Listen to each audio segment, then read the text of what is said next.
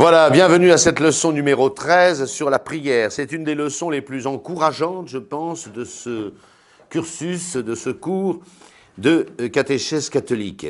Nous avons vu la semaine dernière la grâce, ce don, cette faveur de Dieu, sans laquelle on ne peut rien faire dans l'ordre surnaturel. Comment acquiert-on cette grâce de Dieu, ce bien, cette participation à l'essence de Dieu, cette faveur de Dieu, qui est le moyen de notre union à Dieu, en quoi consiste la religion? Eh bien, nous l'obtenons par deux moyens, la prière et les sacrements. Les sacrements, nous retiendrons plusieurs leçons, bien sûr, ils sont au nombre de 7. Ce sont des espèces de miracles de la grâce, de la production de la grâce. Mais avant, il y a cette leçon fondamentale sur la prière. De ces deux moyens d'acquérir la grâce de Dieu, d'en vivre, eh bien, le plus immédiat, le plus universel, c'est la prière. Et d'ailleurs, même les sacrements, sans la prière, avant, pendant, après, ne suffiraient pas à maintenir quelqu'un dans la grâce de Dieu. Le fondement même de la religion, c'est de nous unir à Dieu. Et celui qui ne s'adresse jamais à Dieu, il ne sera jamais vraiment uni à Dieu. Et puis j'ajoute une chose, c'est qu'on peut, dans certaines circonstances, sans faute de sa part, être privé des sacrements, même pendant très longtemps. Je pense par exemple à ces chrétiens de Chine, évangélisés par saint François Xavier, qui sont restés, après le départ des missionnaires catholiques, qui sont restés pendant 3 siècles sans sacrement. Et quand de nouveau on a envoyé en Chine des missionnaires au XIXe siècle, on s'est aperçu, c'est une chose extraordinaire, que des milliers de personnes vivaient toujours de cette grâce de conversion de saint François Xavier. Ils n'avaient plus de sacrement, parce qu'ils n'avaient plus de prêtres. Il continuait à se donner 2 sacrements, le baptême et le mariage, les 2 sacrements pour lesquels il n'y a pas forcément besoin de prêtre. Mais vous pensez que d'avoir gardé comme ça la foi pendant 3 siècles, sans prêtre, sans sacrement, c'est des gens qui priaient, évidemment, ils priaient. Donc vous voyez, on peut être empêché parfois d'accéder à la grâce des sacrements, sans faute de sa part, mais tout homme a ce recours possible à Dieu en toutes circonstances, sous toutes les latitudes, de tous les temps et de tous les lieux et de tous les espaces. Je pense à cette phrase de l'Écriture, « Quicumque invocaverit nomen Domini, salvus erit ». Quiconque aura invoqué le nom du Seigneur sera sauvé. Bien sûr que celui qui se prive des sacrements par faute de sa part, il n'aura pas la grâce de Dieu. Nous l'avons vu pour le baptême et nous le reverrons. Mais enfin, celui qui, sans faute de sa part, n'a pas recours au sacrement, peut toujours s'exprimer à Dieu, dans toutes circonstances, et quel qu'il soit. Nous allons le voir tout à l'heure. Alors, successivement, nous allons définir la prière. Qu'est-ce que c'est? Les buts de la prière, les fins de la prière, les conditions de la prière. En troisièmement, est-ce que la prière doit être continuelle? C'est une objection de l'Évangile. Et les effets de la prière, et enfin quelques objections pour parer aux éventualités de l'inutilité de la prière. Définition de la prière. J'ai transcrit dans vos cours écrits 2 belles définitions de Sainte Thérèse d'Avila, la grande Sainte Thérèse, l'espagnole. Elle dit que la prière, c'est l'élévation de notre âme vers Dieu. On élève notre âme vers Dieu. C'est très générique, mais c'est très beau.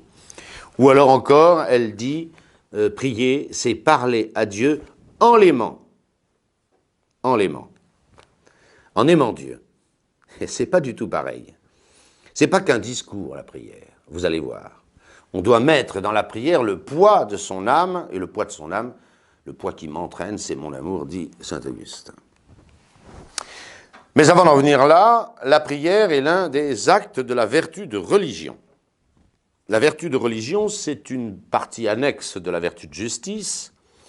La justice, c'est la vertu qui rend à chacun ce qu'on lui doit.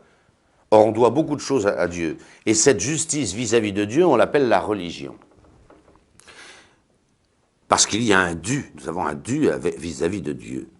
Et comme ce dû ne peut pas être rendu à égalité, ce qui est possible dans la justice, quand vous achetez une voiture, vous payez le prix, c'est juste, c'est exactement ce qu'il faut, bon, c'est égalité.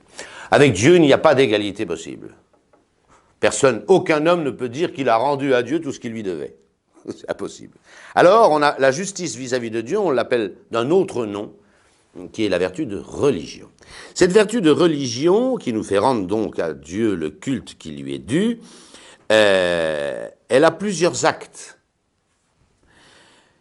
Elle a la dévotion, je vais y revenir, l'adoration, la prière et le sacrifice. Voilà les 4 actes de la vertu de religion. Je vais les mettre au tableau pour que si vous voulez les retenir, ce soit très clair. Les 4 actes de la vertu de religion. La dévotion, je vais y revenir, hein. L'adoration, la prière et le sacrifice.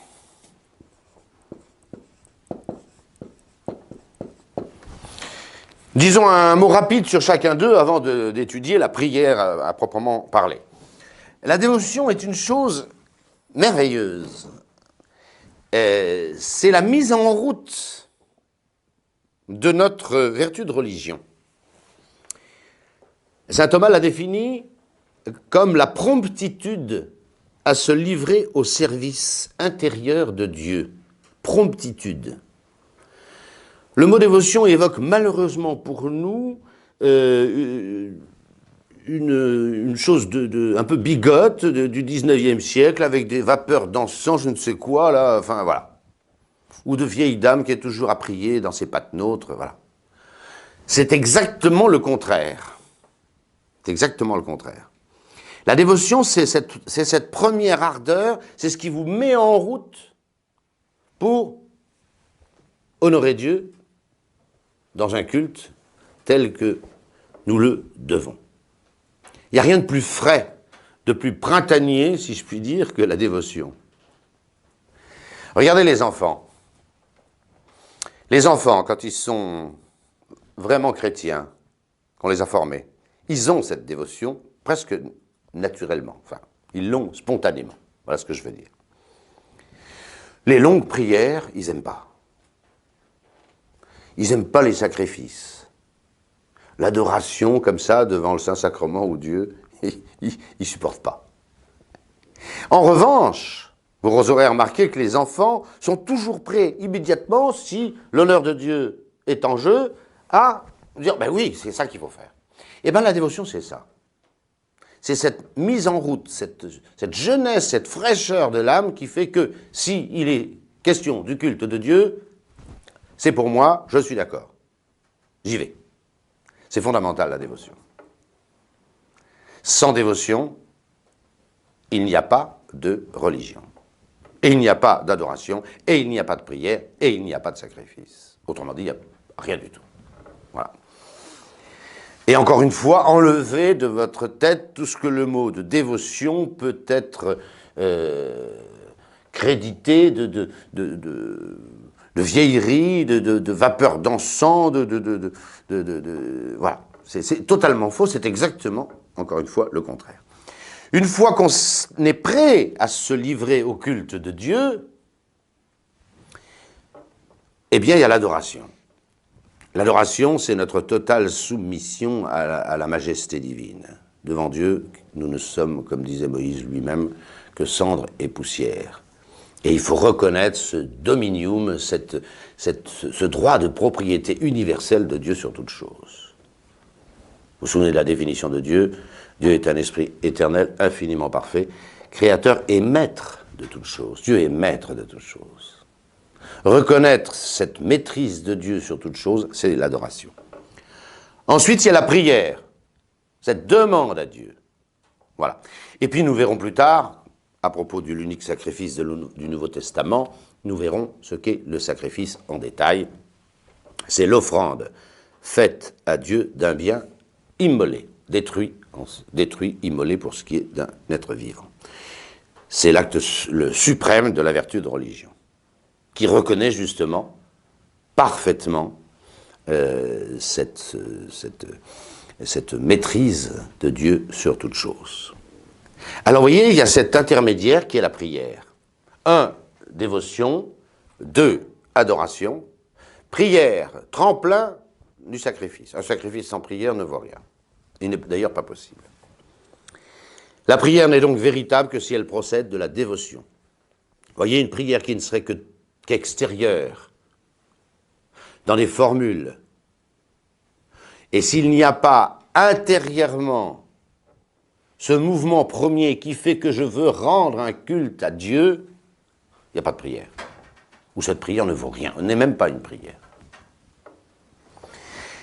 Alors essayons de dire un petit peu plus précisément ce que c'est que cette prière. Vous avez entendu Sainte Thérèse qui vous disait la prière c'est de parler à Dieu en l'aimant. Je laisse pour l'instant de côté le en l'aimant, cet amour de Dieu dont doit être chargée la prière.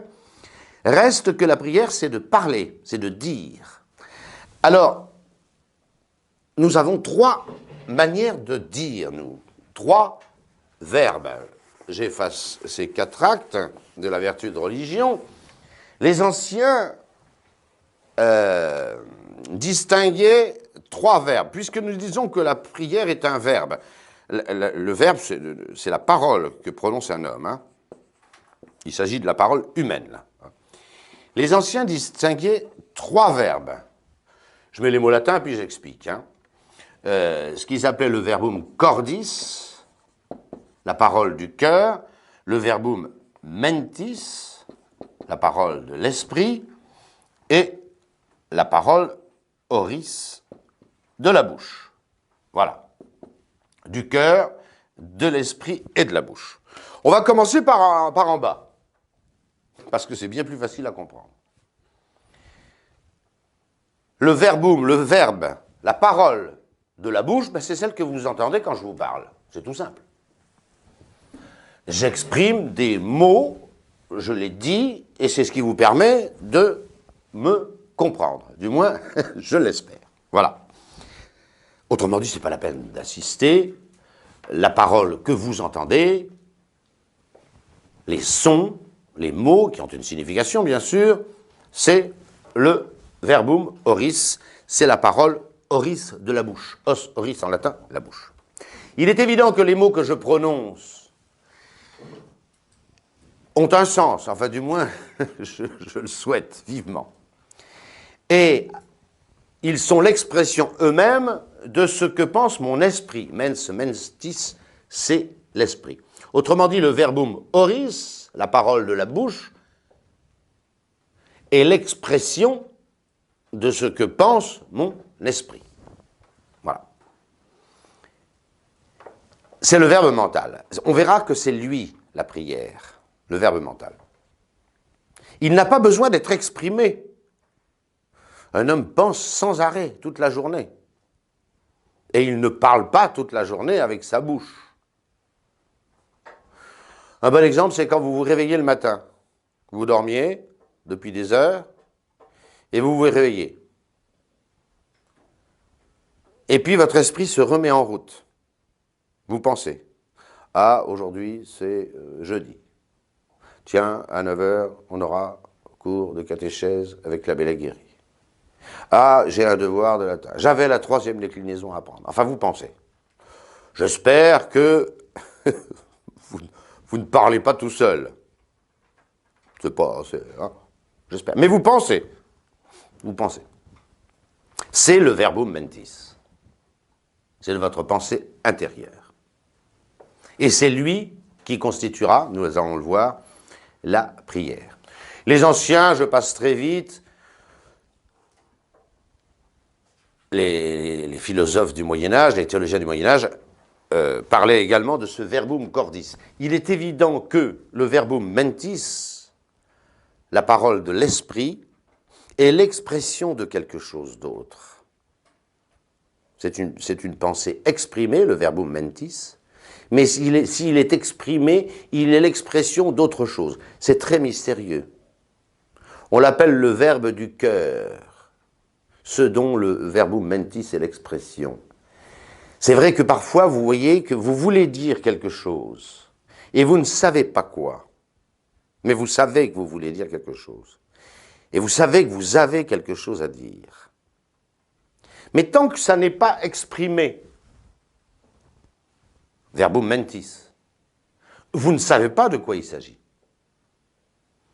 Autrement dit, le verbum cordis, le verbe du cœur, c'est cette pensée encore très confuse, tellement confuse, que tant que vous ne l'avez pas exprimé dans le verbum mentis, vous ne savez pas encore de quoi il s'agit. La connaissance de l'homme se fait au niveau du verbe mental. Parce qu'il est exprimé, et que je ne connais une chose que quand elle est exprimée. Je ferme cette parenthèse philosophique dont vous voudrez bien m'excuser. Qu'est-ce que c'est que la prière? C'est le verbum mentis, c'est le verbe mental. Ce n'est pas le verbe oral. Sauf si le verbe oral est l'expression du verbe mental. C'est le verbe mental qui est la prière. À quoi sert le verbe mental? C'est fondamental. Il sert à connaître. Je ne peux pas connaître une chose sans l'exprimer. On peut même dire que connaître une chose, c'est l'exprimer. C'est le miracle de l'intelligence. Je raconte la chose pour me la dire. Je me la dis. Je me dis une chose. Et c'est comme ça que je la connais. Et évidemment, ce verbe mental sert aussi à produire le verbe oral qui permet d'échanger avec les autres. Voilà les deux fonctions du verbe mental. Vous voyez, quand vous voyez quelqu'un qui parle tout seul dans la rue, ça vous fait rire. Vous dites, il est un petit peu... Il n'est pas bien, ce garçon. Quelqu'un qui parle tout seul. Or, ne riez pas, ça nous arrive tous. Et c'est pas normal. Pourquoi? Parce que si je parle tout seul avec ma bouche, ça veut dire que mon interlocuteur, c'est moi. Et ce n'est pas la fonction du verbe mental.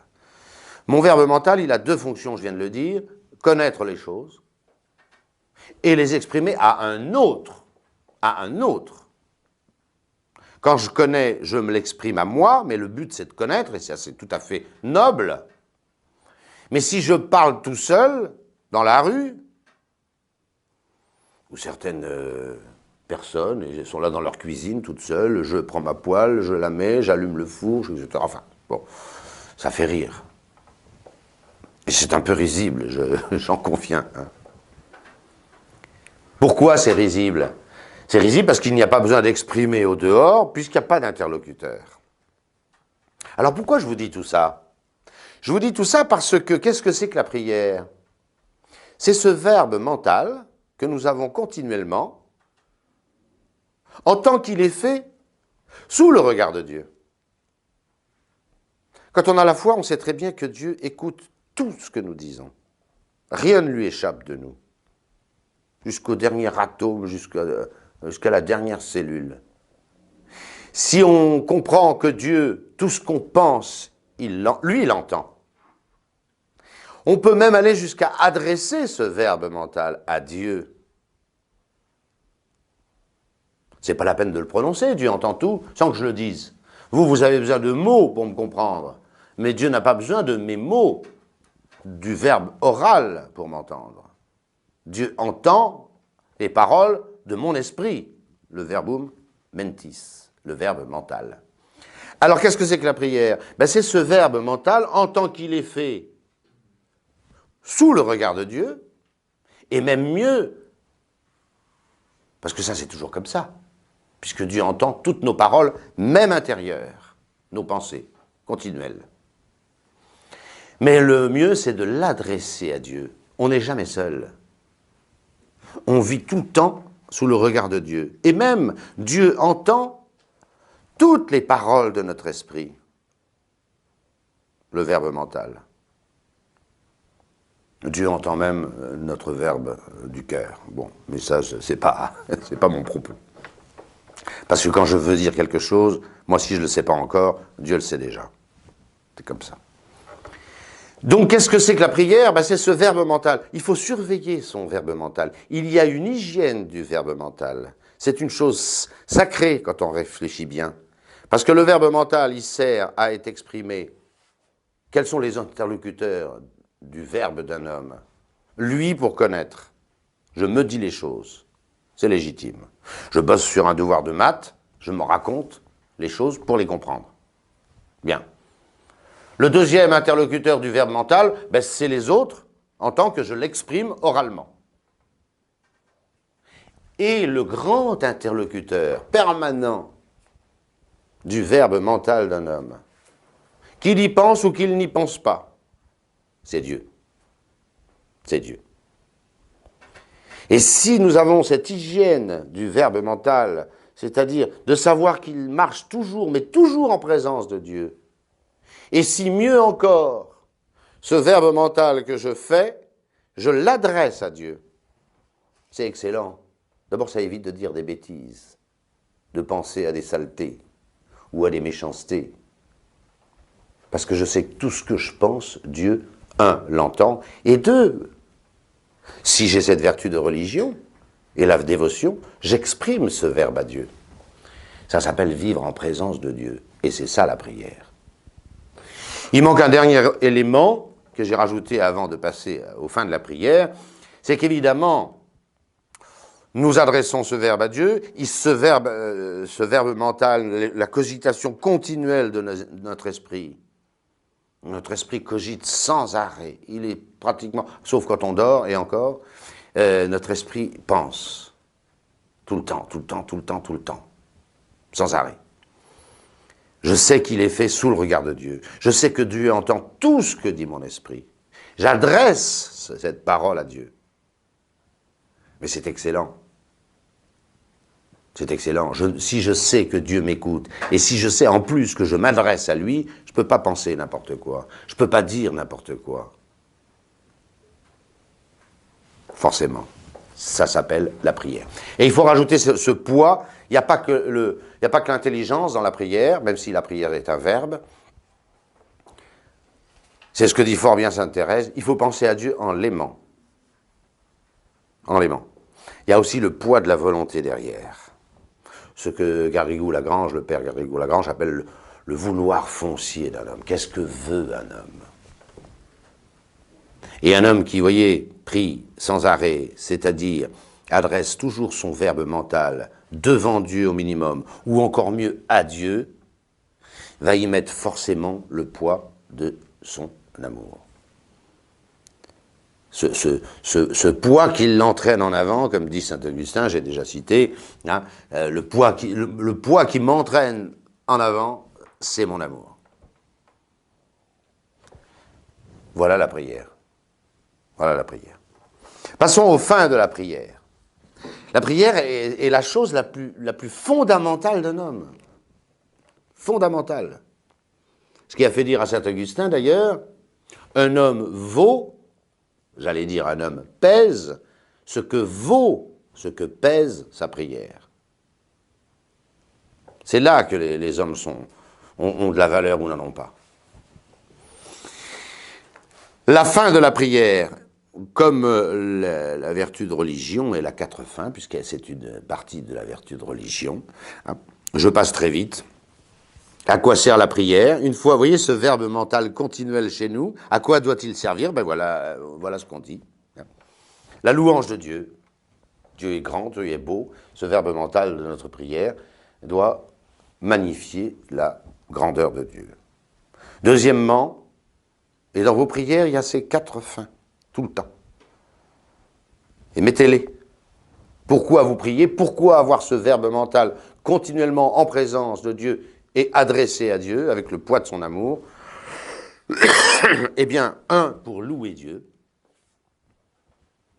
parce que Dieu est tellement grand et tellement beau qu'il mérite d'être loué. Remercier Dieu, l'action de grâce. Alors j'ai mis les termes grecs, hein, la fin latretique. Latretique, ça veut dire adorer. L'action de grâce, l'Eucharistie en grec. Rendre grâce à Dieu. À quoi doit travailler notre verbe mental continuel? À louer Dieu, à le remercier de toutes ses grâces. Que sommes-nous, si ce n'est la somme des dons de Dieu? L'amende honorable, c'est que nous sommes des pécheurs. Et un vrai contact avec Dieu doit comporter de vouloir que nos péchés soient pardonnés. On ne peut pas approcher de Dieu avec le péché, il faut le mettre de côté. Le péché est gênant. Il est perturbateur. Il empêche cette approche de Dieu. Il empêche cette clarté, cette limpidité, cette transparence de notre verbe auprès de Dieu. Et donc on demande à Dieu de supprimer le péché. C'est l'amende honorable. Il y a toujours... Si on n'était pas pécheur, évidemment, cette fin-là n'existerait pas. Adam et Ève, au paradis terrestre, qui n'avaient pas péché, n'avaient pas besoin de demander pardon à Dieu. Et leur contact avec Dieu, bah, évidemment, en était facilité. Ça, c'est clair. Nous sommes tous des pécheurs. Il faut en tenir compte. Et enfin, on demande des grâces à Dieu. On sait très bien qu'on est des gens impuissants par rapport à cette adoration, ce culte de Dieu. Et saint Thomas dit que l'acte principal de la prière, qui a pourtant ses 4 fins, réside dans cette 4e fin. La prière consiste d'abord, fondamentalement, formellement, à demander quelque chose à Dieu. Vous me direz, mais est-ce que c'est pas plus beau de louer Dieu? C'est très beau de louer Dieu, gratuitement. C'est très beau. Est-ce que c'est pas beau de remercier Dieu de tous les dons qu'il nous fait? C'est magnifique. C'est gratuit en plus, c'est effacé. Voilà. Est-ce que c'est pas mieux de se débarrasser du péché et de... Voilà. C'est très beau. N'empêche que fondamentalement, la prière reste un acte du mendiant qui n'a rien et qui fait la manche. Et c'est la fin principale de la prière. Nous n'avons rien, Dieu possède tout. Il y a une espèce d'irénisme stupide à vouloir réduire la prière à la louange, suivez mon regard, ou à l'Eucharistie, l'action de grâce, en oubliant qu'on est des pécheurs et qu'on est des pauvres et des indigents. J'ai besoin de rien, moi, vous comprenez? Alors ça fusille tout le reste. Ça fusille tout le reste. Je ne dis pas que la louange de Dieu n'est pas une chose magnifique, que de remercier Dieu, c'est une chose magnifique, et d'ailleurs très profitable. Mais nous sommes des pécheurs et nous devons demander pardon à Dieu de nos péchés, mais nous sommes des indigents, des mendiants, des pauvres, et nous devons demander à Dieu tout ce qu'il nous manque. Et c'est ça, fondamentalement, la prière. Nous passons aux conditions de la prière. Ce petit paragraphe m'amuse beaucoup parce que j'ai fait un paragraphe. Quelles sont les conditions de la prière? Qu'est-ce qu'il faut pour bien prier? Eh bien, je réponds, il n'y en a pas. Voilà. Je le dis, je l'écris et je le pense. Dans les manuels, dans certains manuels, ça vous découragerait de prier, vous comprenez? Pour prier, il faut être humble. Ah ben, moi, je suis orgueilleux, je ne peux pas prier. Bon. Pour prier, il faut être persévérant. Pour prier, il faut demander de bonnes choses. Pour prier, il faut ceci, il faut cela, etc.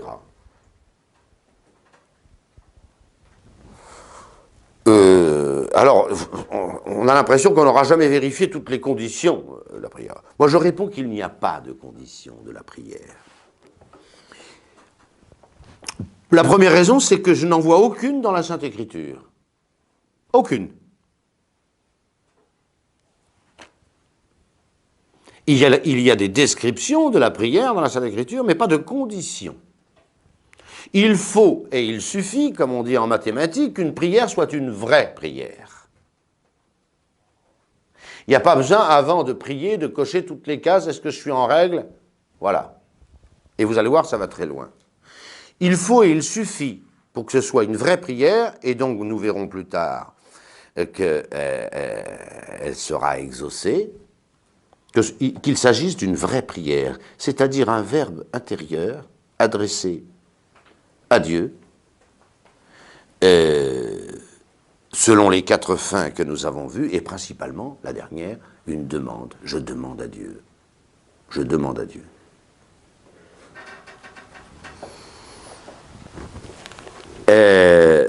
Vous me direz, mais alors, il n'y a pas besoin d'être humble pour prier. Mais bien sûr que si. Si vous demandez quelque chose, vous reconnaissez votre indigence. Il y a évidemment besoin d'être humble pour prier. Est-ce que c'est une condition de la prière? Mais ça fait partie de l'essence même de la prière. Le mendiant qui fait la manche à la sortie d'une église, bon, ben, au moins, il est peut-être orgueilleux ceci, mais dans l'acte dans lequel il demande quelque chose qu'il n'a pas, il y a de l'humilité, forcément. Il y a beaucoup de gens qui n'auraient même pas cette humilité de mendier. C'est une évidence. Et vous pouvez prendre une par une toutes les conditions de la prière. La persévérance. Mais comment peut-on prier comme ça, en s'arrêtant de prier tant qu'on n'a pas obtenu ce qu'on voulait? Dieu n'est pas un garçon de café, j'ai besoin de ça, puis après, bon, bah, je passe à autre chose, je ne l'ai pas obtenu. Ce n'est pas une vraie prière, ça. Quand on veut vraiment obtenir quelque chose de Dieu, on prie jusqu'à ce qu'on l'ait obtenu. Alors ça, c'est une vraie prière.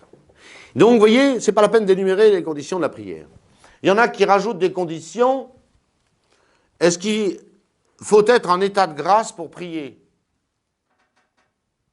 C'est mieux, sans doute. Les psaumes le disent, Dieu exauce plus facilement les justes que les pécheurs. C'est une affaire entendue, parce qu'il y a une amitié entre eux, voilà.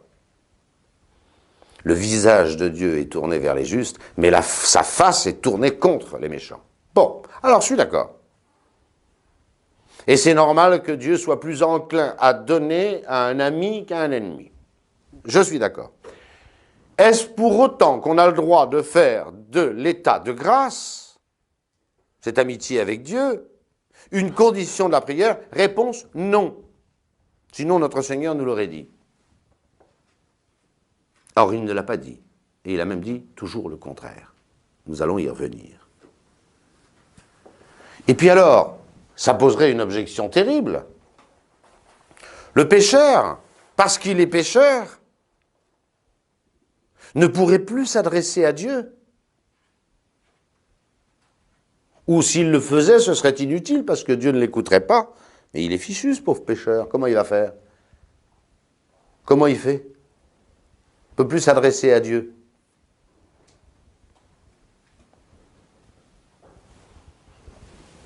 Dieu n'a pas mis cette condition. Dieu écoute même les vraies prières faites par des pécheurs, Dieu les écoute. Et quand vous prenez toutes les phrases de notre Seigneur Jésus-Christ sur la prière, qu'est-ce qu'elles disent? Elles précisent des conditions de la prière? Jamais. Demandez et l'on vous donnera. Frappez et on vous ouvrira. Car à celui qui demande, on donne, à celui qui frappe, on ouvre. Moi, je ne vois pas de condition là. J'en vois pas. Aucune. Aucune condition. Il faut prier avec attention. Encore une. Évidemment que quand on s'adresse à Dieu, ou c'est pas du tout une prière, ou sinon c'est avec attention. Sinon on n'a rien compris. Donc vous voyez, je ne vais pas les énumérer puisque je dis qu'il n'y en a pas. Toutes les conditions de la prière sont dans la prière. C'est donc pas des conditions de la prière, c'est l'essence même de la prière. Et c'est très important pour la suite, c'est ce qui nous permettra de dire que la prière est infaillible. N'en déplaise aux pessimistes. Petite objection au paragraphe 4. je rajoute une petite chose, vous voyez, quand les gens ont péché gravement, et avant d'aller se confesser, je parle des chrétiens, ils arrêtent de prier. Pourquoi? Psychologiquement, ça se comprend très bien. Ils ont offensé Dieu gravement, et ils sont gênés avec Dieu. Ils n'osent plus le prier. Ils ont l'impression même, ils ont l'impression de lui faire injure en le priant, après un péché.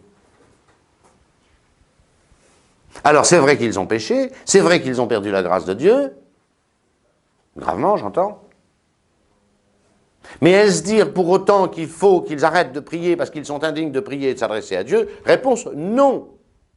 Et le pécheur a bien plus besoin de prière que le juste. Mais le diable est fort, et il se débrouille tout le temps pour que quelqu'un qui a péché gravement se dise « c'est pas la peine que je m'adresse à Dieu, je perds mon temps ».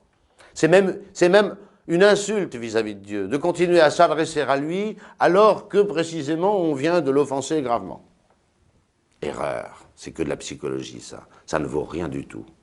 Ça ne vaut rien du tout. Le pécheur a beaucoup plus besoin de Dieu que le juste. Et le recours que le pécheur fait à Dieu est entendu de Dieu. Il est entendu de Dieu. C'est-à-dire, c'est le seul moyen de s'en tirer pour les pécheurs. C'est ça qui est de merveilleux dans la prière. J'y reviendrai, ce sera ma conclusion. C'est qu'à tout moment, n'importe quel homme peut s'adresser à Dieu et être entendu de lui. C'est quand même formidable. C'est formidable. Il n'y a pas de conditions et Dieu est là et il nous écoute. Quelles que soient les conditions. Alors, maintenant l'objection, la prière doit être continuelle. Il y a une phrase de l'Évangile qu'il faut interpréter. Il faut prier sans cesse, dit notre Seigneur Jésus-Christ, et ne jamais se lasser. Il y a même des traductions qui disent « et ne jamais s'arrêter de prier ». Voilà. Il faut prier sans arrêt, sans cesse, et ne jamais se lasser, ou même ne jamais s'arrêter. Bon. Est-ce que c'est possible? Si c'est dans l'Évangile, c'est que c'est possible. Mais il faut voir le sens que ça a. Les anciens distinguaient 3 prières, comme 3 verbes. J'efface ça. Hein.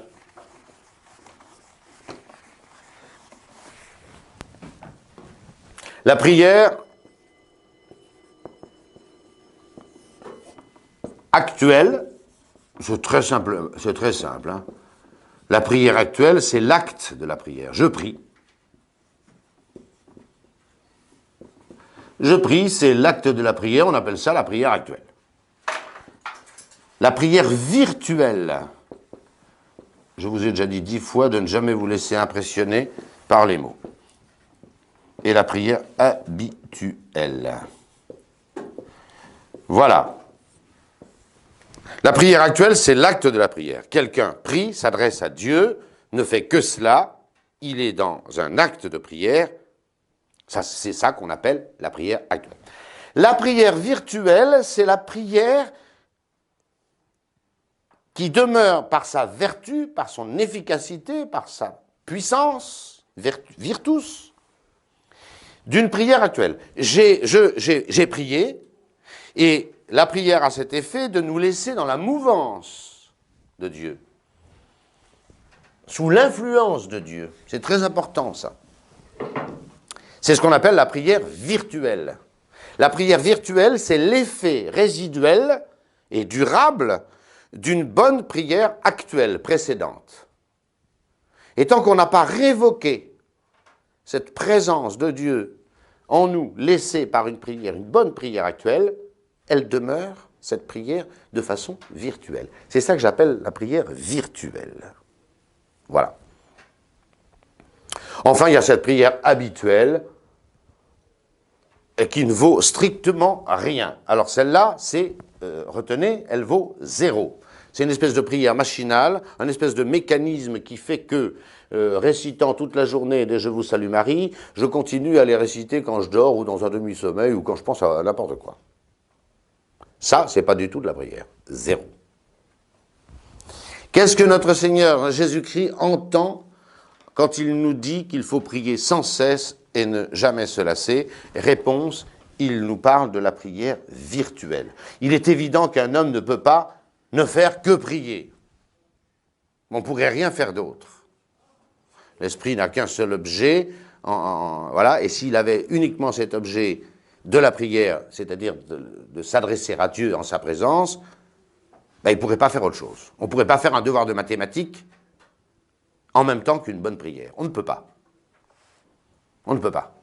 Donc il est impossible que notre Seigneur nous ait demandé d'arrêter toute autre activité pour la prière. C'est impossible. Par contre, il est clair que nous étant mis sous l'efficience de Dieu par une bonne prière actuelle, et n'ayant pas révoqué cette présence de Dieu, nous demeurons par la prière virtuelle, par la vertu de la prière actuelle, que nous appelons prière virtuelle, nous demeurons sous cette mouvance, tant que nous ne l'avons pas révoquée.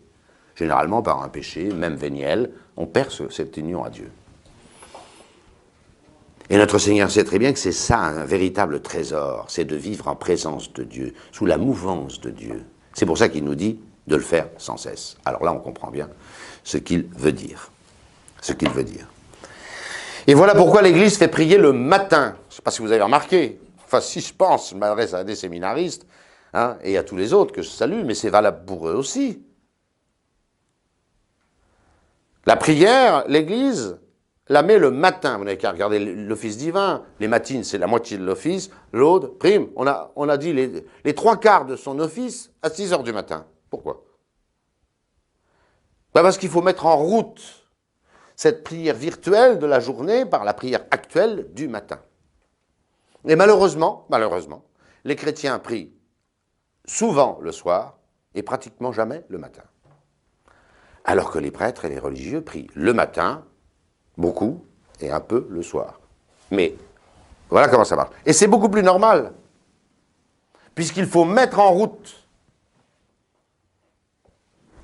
les choses. Vous faites très bien votre prière du soir, ben, je vous en félicite, continuez. Mais après, vous allez dormir. Donc la virtualité de votre prière, voilà. Soignez votre prière du matin. Mettez-vous sous la mouvance de Dieu. Passez 10 minutes, un quart d'heure avec Dieu, seul à seul. Et après, vous vous apercevrez que toute votre journée en est changée. C'est la doctrine de notre Seigneur. De la prière virtuelle. Les effets de la prière. 5e et avant-dernier point. Ce que vous demanderez, vous l'obtiendrez. Heureusement que le Seigneur n'est pas comme certains de ces théologiens qui compliquent tout. Heureusement. La prière qui est une vraie prière est infaillible, c'est-à-dire qu'elle est exaucée toujours et sans exception. Ouh là là! Là, vous y allez fort, monsieur l'abbé. Oui, j'y vais fort. Je sais que j'y vais fort, mais je ne vois pas comment je pourrais rajouter des subtilités là où le Seigneur n'en a pas mises. Et Dieu merci, il n'en a pas mis. Je ne reviens pas sur les conditions inexistantes de la prière. Il suffit qu'une prière soit une vraie prière. Et le Seigneur a dit, mais répétez sans arrêt dans l'Évangile, ce que vous demanderez, vous l'obtiendrez. Frappez et l'on vous ouvrira. Demandez et vous recevrez.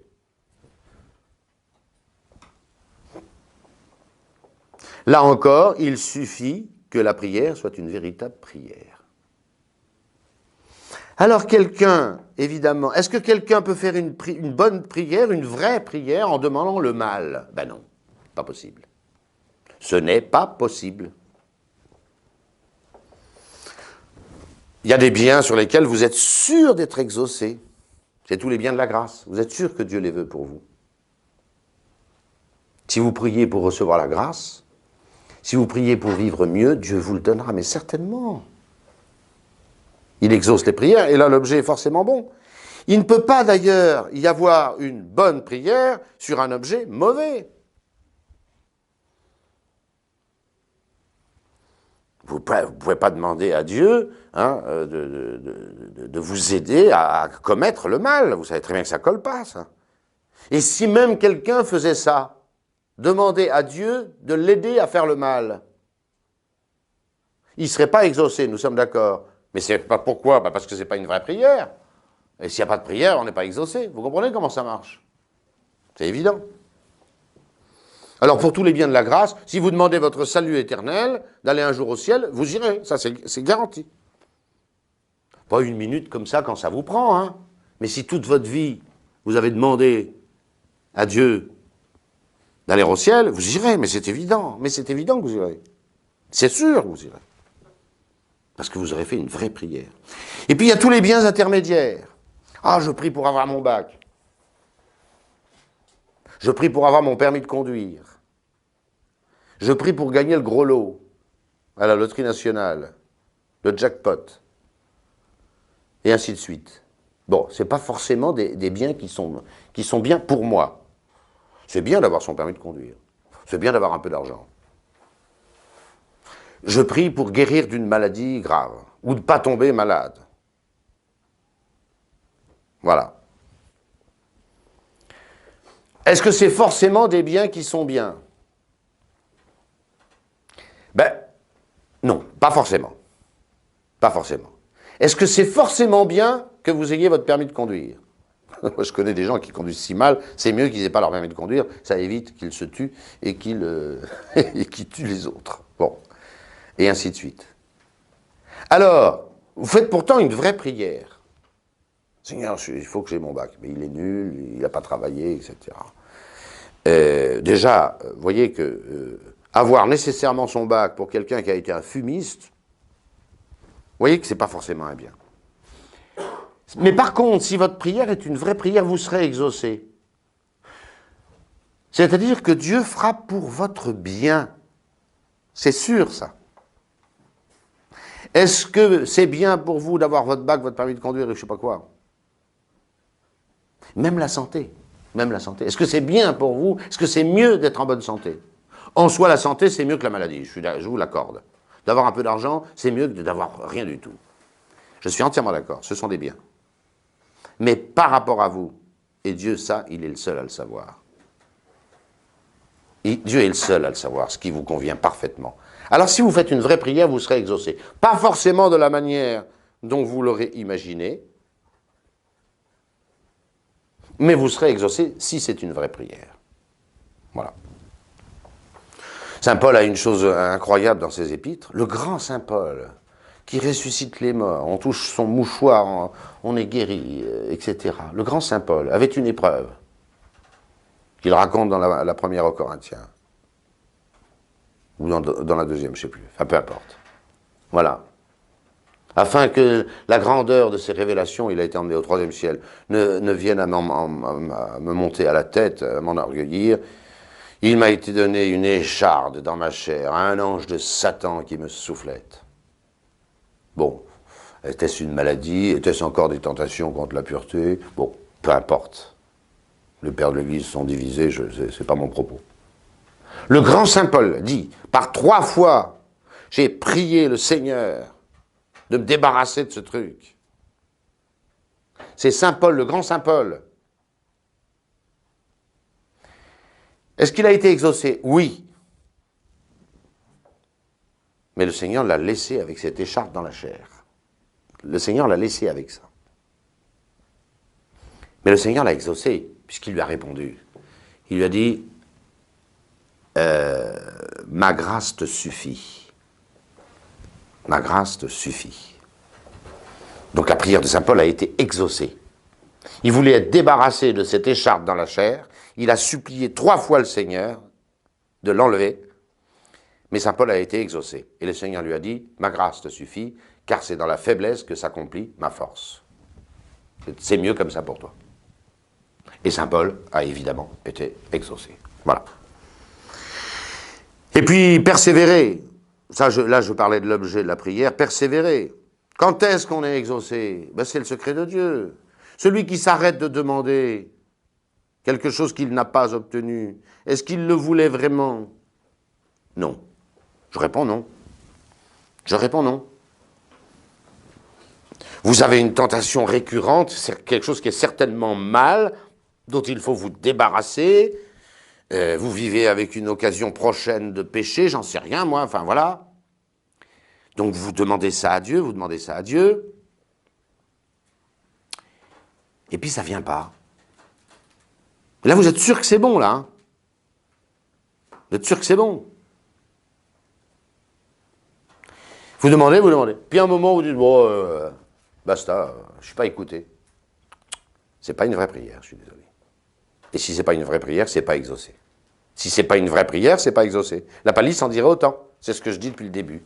Une vraie prière est toujours exaucée. Quand quand vous arrêtez de prier, quand vous aurez été exaucé. Pas avant. C'est comme ça que vous faites au restaurant. Ou au bar. Vous commandez quelque chose, tant que vous ne l'avez pas obtenu, vous le réclamez. Vous faites comme ça au restaurant. Ou partout. Tout ce que vous voulez vraiment, vous continuez à faire en sorte de l'obtenir.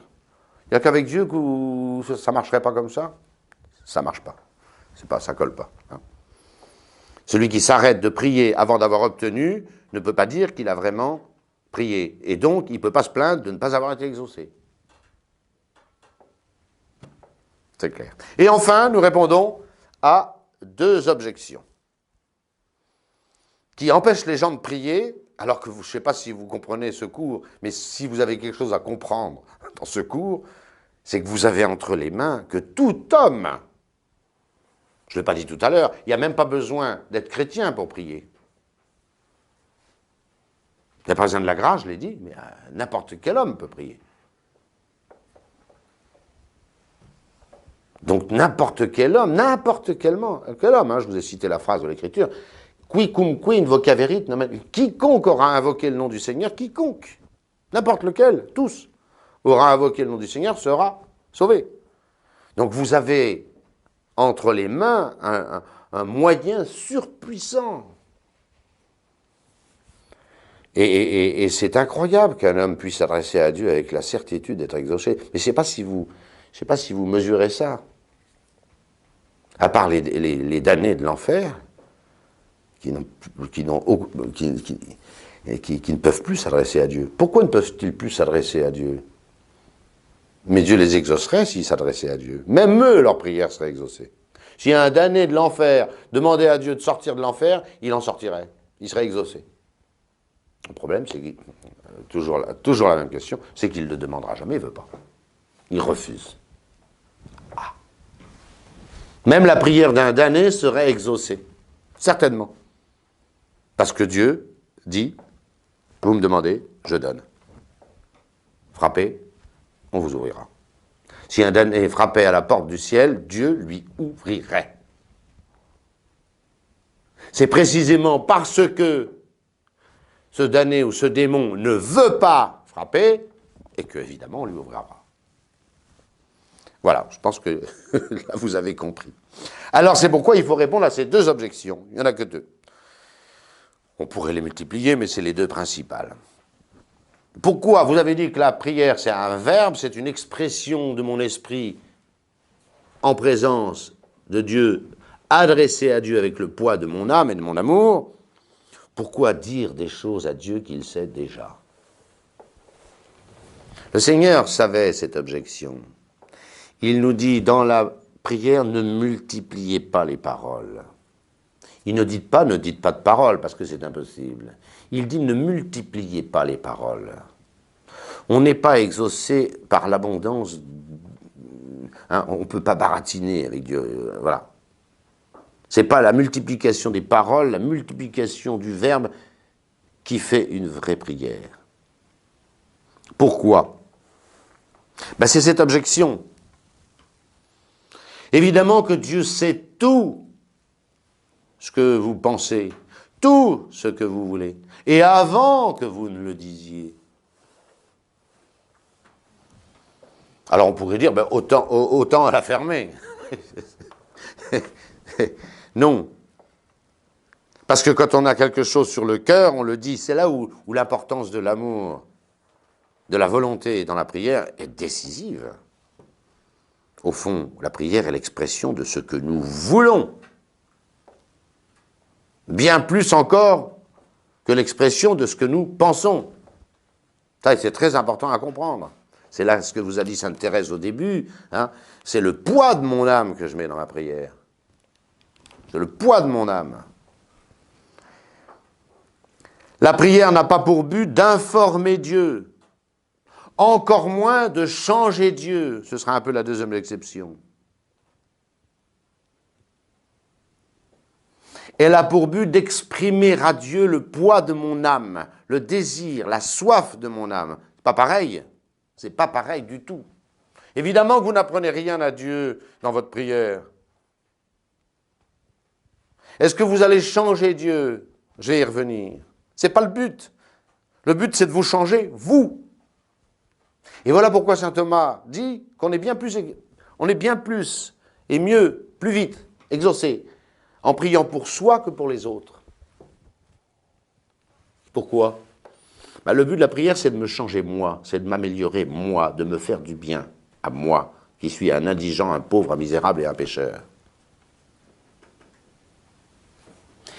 Quand je m'adresse à Dieu de m'aider pour me changer moi, je suis plus facilement exaucé que quand je m'adresse à Dieu pour changer un autre.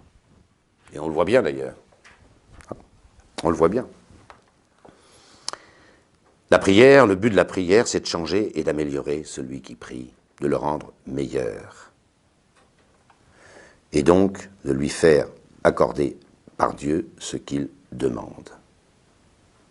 Donc on peut dire à Dieu des choses qu'il sait déjà, avec mesure, sans multiplier les paroles, mais parce que nous avons besoin de cela pour dire le poids de notre âme, ce qui nous pèse, ce dont nous avons besoin, ce dont nous avons soif, ce dont nous avons le désir. Sachant que c'est ce désir qui est le plus fort dans la prière. Et nous arrivons à la deuxième objection contre la prière. Elle consiste à dire, nous serons exaucés ou nous ne serons pas exaucés. C'est écrit à l'avance. Inch'Allah, comme disent certains. Voilà. Alors que vient rajouter la prière, puisque tout est écrit? C'est pas la peine d'essayer d'infléchir le cours des choses, le destin. Les décisions de Dieu sont prises, elles sont éternelles.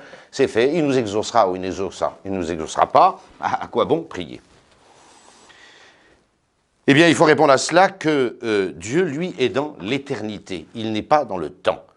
Et il a un regard sur toute chose qui est simultanée. Et il sait très bien les prières qui ont été faites, bien sûr, qui sont faites, et même celles qui seront faites. Et il voit tout dans son éternité. Ce qui fait que nous, de notre côté, du petit côté de la lorgnette, nous croyons que les choses sont écrites. En définitive, c'est Dieu qui les écrit éternellement et il intègre tous les paramètres. Tout. Ce qui fait qu'on peut prier pour quelqu'un qui est mort il y a 1000 ans. On peut prier pour quelqu'un qui vivra après. Tout ça, en Dieu, est éternel. Il n'y a donc pas de fatum, de destin. Le christianisme nous a délivrés de cela. C'est la providence de Dieu qui gère tout avec lucidité, une intelligence infinie, une bonté, une miséricorde infinie, et qui a surtout, sur toute chose, un regard unique et éternel. Donc Dieu fait la synthèse de tout ce qui lui est demandé. Et donc nous maintenons qu'il exauce les prières. On peut infléchir le cœur de Dieu, non pas qu'on changera les desseins éternels de Dieu, mais que Dieu intègre dans ses desseins éternels toutes les actions des hommes, et y compris les prières qui lui ont été faites, qui lui sont faites et qui lui seront faites. Dieu merci, nous avons été délivrés de cette chape de plomb du fatum, du destin des Grecs, et un peu des Latins. J'espère que vous avez compris au terme de cette leçon sur la prière que la prière est un levier extraordinaire, comme j'ai souvent l'occasion de le dire et de le répéter, comme disait Archimède, donnez-moi un levier et je soulèverai le monde. Ce levier, nous l'avons, c'est notre prière, nous pouvons changer le cours des choses et par nos prières. Comme dit si bien saint Augustin, je finirai par 2 citations de saint Augustin. Fais ce que tu peux et demande ce que tu ne peux pas. Très belle cette citation. Parce que celui qui ne fait pas ce qu'il peut, c'est pas la peine qu'il le demande. Il y a un tout entre ce que nous faisons, parce qu'on le peut, et ce que nous demandons parce que nous ne le pouvons pas. Il faut les deux. Faire ce qu'on peut et demander ce qu'on ne peut pas. Demander ce qu'on peut faire, c'est hypocrite. Et prétendre pouvoir tout faire, c'est hypocrite aussi. Il faut les deux. Faire ce qu'on peut, ce qui est en nous, et demander ce qu'on ne peut pas. Et dans leur surnaturel, on peut rien du tout. Et finalement, deuxième et dernière citation de saint Augustin, on s'aperçoit que le prix d'un homme, c'est celui-là, c'est la qualité de sa prière. Comme dit bien saint Augustin, un homme pèse ce que vaut sa prière. Si la religion, c'est l'intimité que nous avons avec Dieu, eh bien c'est dans la prière que cette intimité se réalise. Alors, que chacun s'examine. Quelle est la qualité de sa prière? Et il pourra se dire, c'est ça que je vaux, c'est ça que je pèse véritablement devant Dieu. J'espère que vous m'avez compris. À vous de vous mettre à prier si vous ne le faites pas encore. Et vous verrez, moi c'est ce que je dis à ceux qui doutent d'avoir la foi, j'ai dit essayez, essayez, essayez, adressez-vous à Dieu. Au minimum, quand vous avez une joie, remerciez Dieu. Et puis quand vous avez des difficultés, des peines, demandez-lui du secours. Et vous verrez, ça marche à tous les coups. Je vous remercie.